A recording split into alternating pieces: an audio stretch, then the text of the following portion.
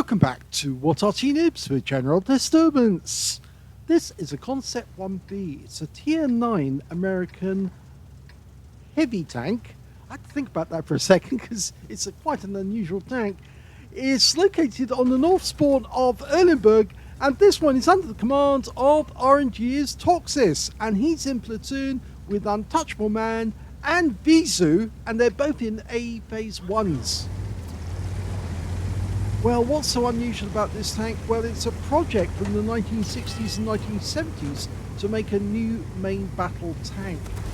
It's armed with a rather unusual 110mm gun, which kind of cuts down on the amount of overmatch you can actually do, because normally you've either got a 120mm or 100mm, and actually having a 110 reduces that amount of overmatch. Well, it's also mounted a rather unusual turret. As you can see here, it's a very narrow turret indeed. And that narrow turret means that there's less frontal area facing the enemy. And he's decided to go right over to the other side of the map. So it's much more difficult for the enemy to penetrate, but it does have a fairly weak hull. That's the problem.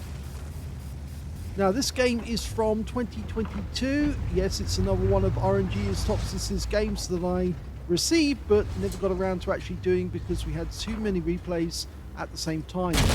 Fires his first round into a tortoise. Even though he fired a heat round, it didn't get through, and so first shot didn't work. Now, can he get a shot into the weak spots? Oh! Hello, we'll have you instead. Oh, no, Object 279E didn't penetrate. He tried to get the cupola. He'll easily go lower place on the 75 and 380 off that one. These 110mm shells capable of 400 alpha, 310mm penetration with the heat rounds, and with the standard rounds, it's only 258. He is taking some damage. They are hitting him in the weak spots. He does have weak spots. Ooh, and in fact, actually, the hull's a bit of a weak spot as well. The whole hull, it's very weak indeed. Now, the shells do normally have great pen, and the reload time, well, normally by the book is 10.55 seconds. He's got a reload time of 8.67. Okay, 279. Oh, pulled back just in time to avoid that one. But it'll easily go through the top of the turret of an E75 because, of course, it's fairly weak. The 279E is really trolling us. And we get him. We got him on the weak cupola. But he fires one into us and we lose 429. So we're down to about a third of our hit points left now. And RNG's Toxis is the one who's up front with the enemy. Although his two teammates with the AE Phase 1s are actually to his left at the further end of this row of houses. So they are helping him out. And in fact, actually, they are exchanging fire with the enemy. For the moment, he's holding back. He's just keeping those guys spotted. You can see where the enemy actually aimed. They overmatched the roof of the gun area. The commander sits right at the very back. Oh, lovely one into the rear of the tortoise. The gunner is directly behind the breech of this 110mm. Get another one in there. Yeah, right through the side. 443. It's a high roll. And you'll get another shot into the weak spot. And of course, he's basically hull down now. And the tortoise is out of the game. So that's his first kill in the game. The tortoise driver was a little, how should we say, it was a bit, well, he chanced his arm crossing the river and it didn't work. Now, RNG's Toxis decided to pull back from this position because he's got the enemy coming up on the other side of the road, and he is fairly weak on hit points now. He doesn't want to get caught where he's actually trapped in that corner. So now he can actually double team with his own teammate. Oh, lovely. 777 version 2. Pumps one round in, gets a high roll, and here comes the the 279E, who's actually put some paintings on his vehicle to make it look like he's got a big nose. Okay, I think we can get around and behind the guy and shoot him in the ass this time because he's made a bit of an overcommitment, and so has the 777. Hello, Mr. 777. yeah, you're going to go down because your weak spot is your hull. Your turret may be very good, but your hull's weak. And another one. He's now one shot. Next shell will kill. Thank you. Goodbye. And now the 279E, who's getting punctured from one side, is now going to get shells in his rear. In fact, actually, he knows it and he's waggling, but it won't help him because he overcommitted. He actually gave the game away, came forward, and RNG's Foxes is now taking advantage of that. Although that T10's trying to come to his teammate's rescue, but no. He pumped one up. This thing does have good gun depression, 10 degrees gun depression, which is why he was able to do that. The 279's gone as well. Killed by our Guerrilla 15. We're 2 up on the enemy now. We've cleared all the enemy tanks from the town area. It's only a matter of clearing the ones from around the edge of the town. There's some over on the west side of the map in the castle area, but we can deal with those later. In the meanwhile, we're headed towards the enemy cap area. We do potentially have a high caliber. Potentially, I say, because of course it's not guaranteed that you'll get the high caliber. Conway, FP4004. A tank that was designed based on a Centurion hull and a very big gun to kill IS-3s. A panic measure because the Conqueror tank wasn't ready. Goes to the engine bay, misses it just by a fraction. Conways are very tall tanks, very easy to be spotted, and he goes down.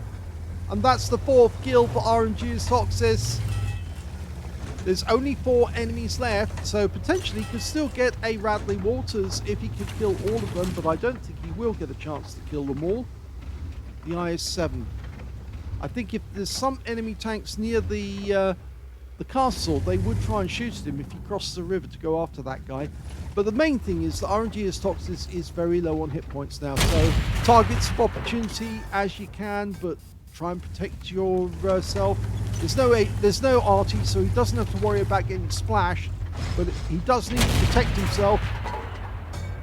Pumps another one into the IS-7, gets a low roll, but it leaves the IS-7 on a one shot.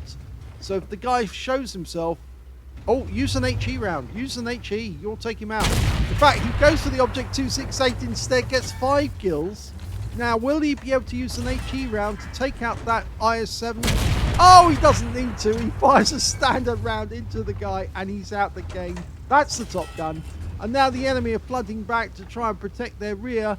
And Leopard. Yes, one into the engine bay. 456, a high roll. He goes down. And that is the end of the game. His gun's up and he's happy. Well, he might not have picked up the Radley Walters, but he certainly had a good game in that one. And it was an ace tanker for RNG's Foxes in the Concept 1B. He got a Hand of God for surviving the battle, having received damage from at least 4 different enemy tanks or more. A duelist for taking down 2 tanks who damaged him. A fire for effect for doing more damage than hit points to his own vehicle. A steel wall for blocking the most damage in the game. High caliber for dealing the most damage in the game. And finally, he got a Top Gun for getting at least 6 kills. He might have got that Leopard one as well, but unfortunately, somebody else was just quick and wanted to end the game there and then. And so, yes, that guy went down to somebody else. So 6 kills in total. You can see the highest damage in this game was 8,113 hit points. Yes, that was an emphatic high caliber, that one.